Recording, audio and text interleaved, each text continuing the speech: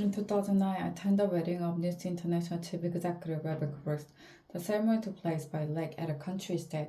I stood next to TV presenter Piers Morgan while Paul Deck, Daily Mail editor, was few years away. Permata was closer to the action than my camera hung back up the slope and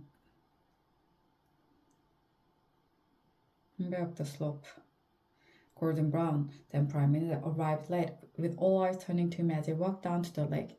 At the reception, I had a brief conversation with Mr. Cameron. I stood next to TV presenter.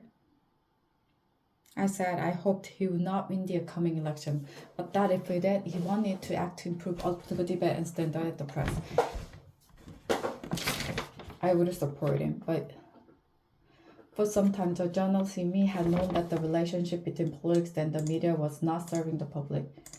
But it was my first-hand experience of this developing culture of views and negativity that convinced me Britain's press and 24-hour news are making more difficult for elected leader to govern. It's got worse, hasn't it? He said. I replied that he would be a much stronger prime minister were he to take office, not feeling he owed anything to the big media groups.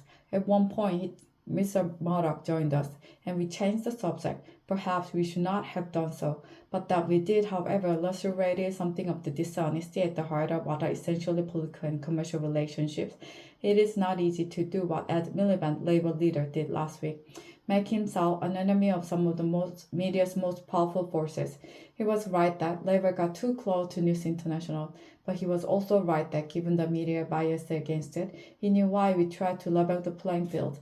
In my own defense, and as my diary show, I argued for some years with Tony Blair that we needed to act on the culture of our media. At one point, he ticked me off, asking that I not my views so obvious in front of Mr. Murdoch, his son James, and Lexington, then chief executive of News International. Ultimately, Mr. Blair thought the press had become a problem but that given all our other priority, people would not understand why we're taking them on.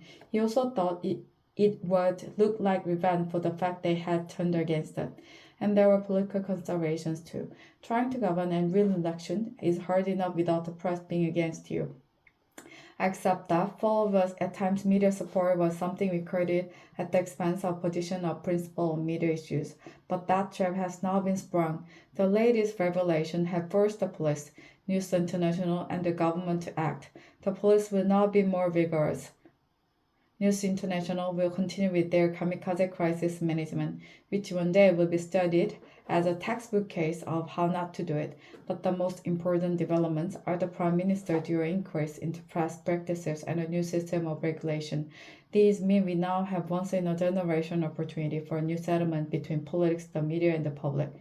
Nobody can argue that we have the press we deserve. Pressured by technological change, a dominant strain of Britain's media has gone into a spiral of decline, in which this scandal is only the most dramatic developments. Mr. Cameron did not look comfortable announcing the reviews. He has a personal relationship at stake, and given he hired Andy Coulson as his communications director, his judgment is too. Already the backlash from part of press has begun as they seek to maintain that anything but toothless self-regulation is an assault on a free press. But Mr. Cameron must stand back from all of that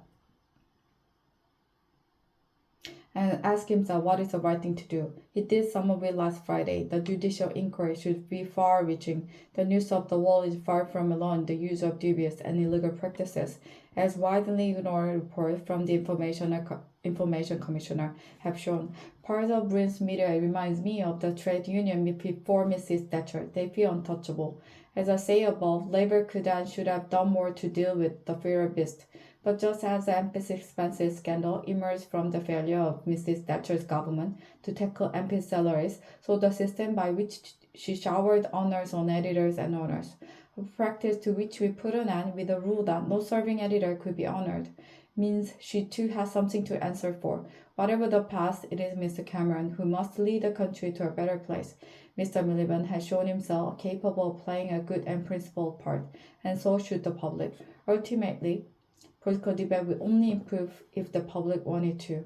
If they channel the anger at recent event into an assessment of what kind of paper they read, whether they really want to live on a diet of celebrity, trivia, negativity, and abuse, to coin a phrase, we are all in this together.